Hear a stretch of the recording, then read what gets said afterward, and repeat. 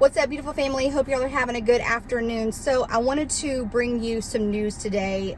It's news that is coming out of Israel.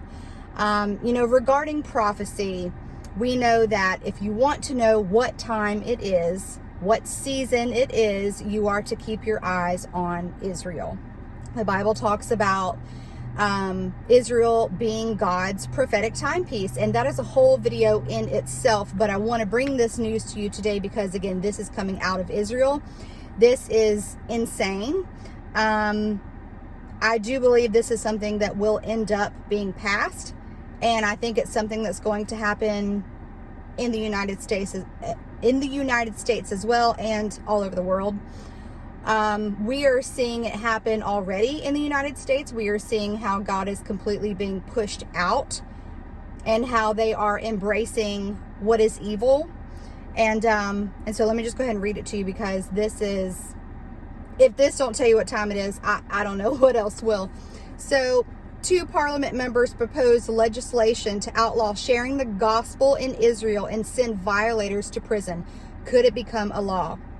Is it possible that the Israeli government this year could pass legislation making it illegal for people to share the gospel message in the very land where Jesus was born, raised, he preached, died, buried, and rose from the dead? Unfortunately, yes. As Palm Sunday and Easter approach, the 2 most sacred days on the calendar for those who follow Jesus as both God and Messiah, the 2 members of parliament introduced a bill last week that would ban any and all efforts to tell people about Jesus. The bill would send violators to prison. Should it begin to gain traction inside the parliament and begin moving towards passage, the bill could create a major new headache for Netanyahu's government by sparking a serious clash with evangelical Christians in the United States and around the world, who are among the biggest supporters of the state of Israel. In the United States alone, there are some 60 million evangelicals. Globally, there is an estimated 60 million, according to the World Evangelical Alliance. The bill could also draw sharp criticism from both Republicans and Democrats in Congress and the executive branch, among U.S. governors and others who love Israel and have always stood with the Jewish state, but would fiercely oppose efforts to silence followers of Jesus in the Holy Land.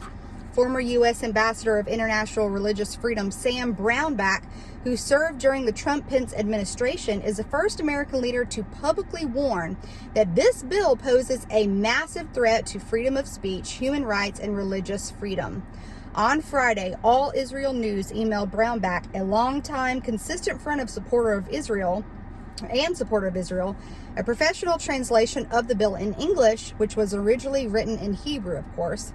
Surprised and concerned, the ambassador replied with the following statement: "Free and democratic countries simply do not outlaw the free exchange of ideas, and that includes religious beliefs and convictions. Article 18 of the Universal Chapter of Human Rights, which Israel has signed on to, guarantees freedom of religion, including the right to decide your own faith beliefs." What does the new bill actually say? The proposed legislation would outlaw all efforts by people of one faith who in any way want to discuss or try to persuade people of other faiths to consider changing their current religious beliefs. The punishment for doing so would be 1 year imprisonment. If the conversation is with a minor, someone under the age of 18, the punishment would be 2 years imprisonment. This bill would apply to people having spiritual conversations with Israelis of any religion. However, in their official explanation of the bill, the 2 Israeli legislators specifically emphasized the warning to stop Christians in particular. The bill's primary objective, therefore, appears to be making it illegal for followers of Jesus, Yeshua in Hebrew, to explain why they believe that Jesus is both Messiah and God, with the hope that Israelis might consider following him. I want you guys to just remember this little part here, and I'm going to explain something regarding this part of this article, okay? The bill does not only make a simple conversation about Jesus with another individual a crime, it would also make it illegal for someone who solicits a person directly, digitally, by mail or online in order to convert his religion, thus producing and publishing online videos explaining the gospel to Jewish or Muslim people in Israel and to those of any other religious faiths would suddenly become illegal. So there'd be no more of this. Publishing books, other printed literature, online articles, podcasts, or other forms of media that explains the life and ministry of Jesus and his message found in the New Testament would also become illegal. So would discussing the gospel message via email, text messages, written letters, and or on social media, including answering questions initiated by people who don't follow Jesus. It is already a crime in Israel to try to bribe people of any age with money or with material goods to change their religious views. But this new legislation seeks to go much further. At times, these attempts do not involve monetary promises or material gains and are therefore not illegal according to the current law, the bill notes, but the many negative repercussions, including psychological damages, warrant the intervention of the legislature. Therefore, it is proposed that alongside the prohibition of giving favors as an incentive to convert religion, also prohibited will be the acts of solicitation to convert religion when it is done directly to a person, whether that be face-to-face or via any other means of communication. Then it basically goes into a whole spiel, basically about how in the past, Netanyahu has never allowed such legislation before. Basically, he doesn't agree theologically with evangelicals about who Jesus is. But Netanyahu has long viewed the evangelical community as true blessings and basically respects them, right? But they say this year could be different. That said, evangelical and Messianic Jewish leaders who have spoken to All Israel News in recent days say that they are concerned that in the present political environment, the legislation introduced by basically the two men who are doing this, I guess his name is Gaffney and Asher, could actually become a law. They note that out of the 120-seat parliament, the current government coalition is comprised of a large number of Orthodox and ultra-Orthodox members. These members are far more aggressive in the legislative session than ever before in pushing for legislations to be passed that advance their theological worldview. And so with all of that being said, you can bet that this is something that at some point very soon is going to happen. And I don't think that it's going to be much longer. And again, you can just see prophetically in the spirit how close we are to the rapture of the church, to the 7 years of tribulation. I mean, we know that when the 7 years of tribulation starts, the Antichrist is revealed and everybody is just in awe, and he's going to have all the answers, and they're going to bow down and literally take this mark and worship him. And so again, we can see how, like right now in the US with all of these insane things that are happening, how people are pushing Christians out. They are making us out to be the bad ones. They're welcoming and they are embracing what is evil. And so again, this is very important, especially coming out of Israel, out of all places, to be the first that is potentially going to be doing this. Now, I talked about, now I know we don't need to get like super caught up on like, dreams and visions and all these things. I do believe that Jesus gives dreams and visions. You guys know I've had plenty of them. But with that being said, we don't need to believe everything that we see. We need to use our discernment. I've talked about it many a times. There is a dream or vision, if you will, that happened many, many, many, many years ago from Ken Peters. If you haven't watched it, I think the full, whole video is like 2 hours long. I think he sold like Prophecy Watchers. Anyways, it's by Ken Peters. He had a vision or a dream as a young Catholic boy again, many years ago. He was not a Christian. He didn't even know like the gospel. He had no idea like what it even meant to like be saved. He didn't know anything about anything. Again, he was being raised Catholic, and just like when he woke up from the dream, he didn't even know like how to process what he was seeing, because he just didn't know. And I kind of resonate with that, because y'all know that whenever I was 10, I saw the rapture of the church. I had no idea what that was. Like I knew nothing. And so I understand that. And the Lord, again, by, my discernment that he has given me, I just truly believe that vision or dream that he had was in fact from God. I mean, it's just he described so many things all those years ago that were not even in existence right now. He saw so many things that we are seeing now today. Anyways, there's a lot of that dream that he had that was so fascinating to me. But one of the things that he mentioned that he saw in his dream of the tribulation, and might I just say, he saw the rapture of the church happen before the 7 years of tribulation. Anyways, not trying to argue. But one thing that he mentioned was that he saw, don't quote me like verbatim like what he said, but basically he saw an older man who was walking around and trying to be like very hush hush and quiet about like talking about Jesus, like very having to be quiet, having to hide. He had a small tiny little Bible that I think he shared with another guy or something, and they basically had to like exchange it without anyone seeing. Like they had to hide. They couldn't be loud with what they were saying, because if they got caught, then there would be repercussions for that.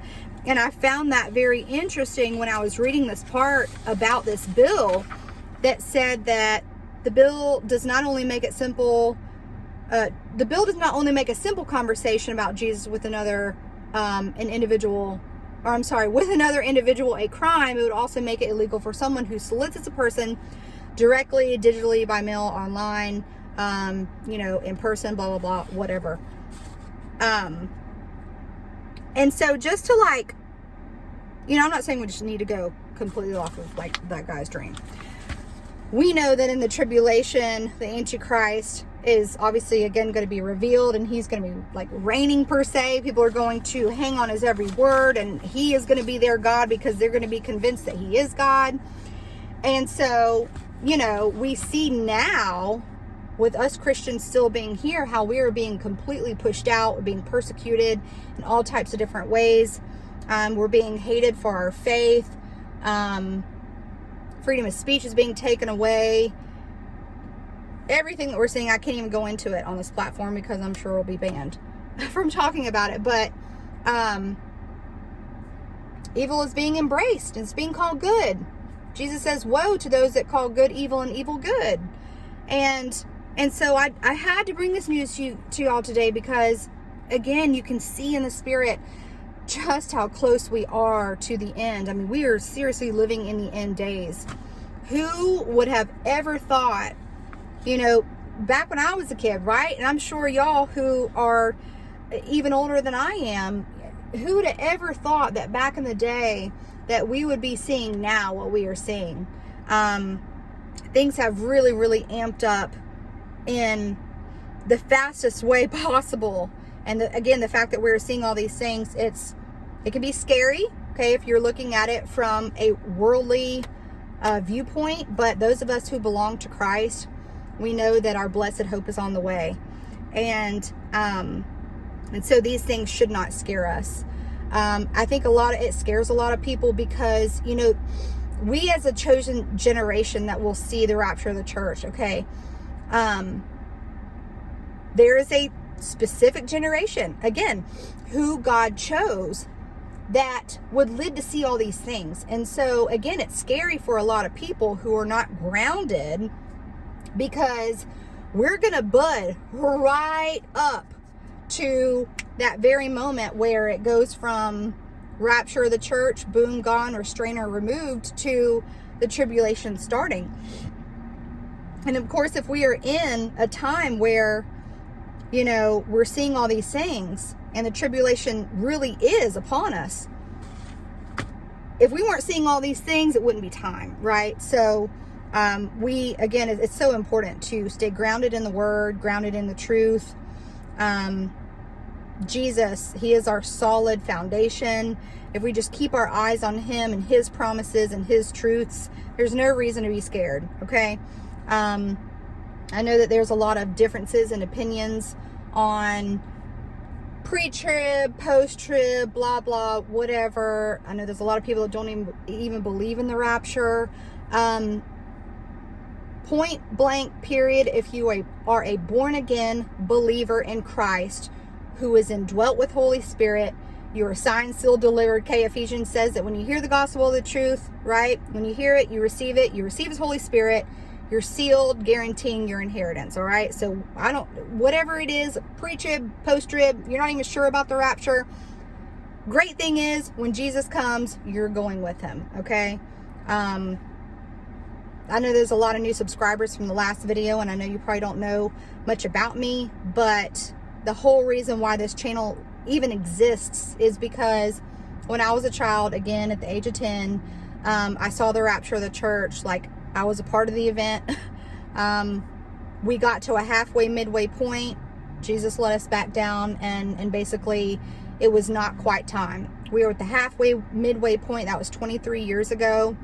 And Jesus had told me in that dream, that is a sign for me that it's almost time to go home. And now we are seeing everything that we are seeing. And I am here to proclaim the good news of the gospel, and also, again, that Jesus is coming. And that's where we're at. We're so close. I don't know how much longer, but again, I do know that Jesus calls the rapture of the church in Thessalonians the catching away, the harpazo, the blessed hope. He says to encourage one another with these words.